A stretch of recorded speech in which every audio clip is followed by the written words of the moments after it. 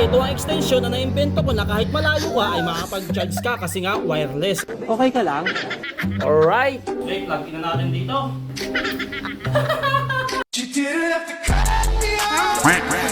Napakalapit. Teknolohiya. Yung siya. Nakakadiskarte. Ako na itang pinakamalupit. Okay.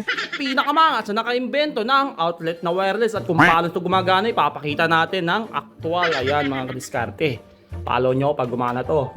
At ito kasi ay magagamit nyo kahit saan at hindi na nyo kailangan gumamit ng mahabang mga connection, mga wire. Ito na lang. Okay, nag-open ang kanyang indicator light. Senyales na gumagana na siya. At may signal na siya dito automatic dito sa ating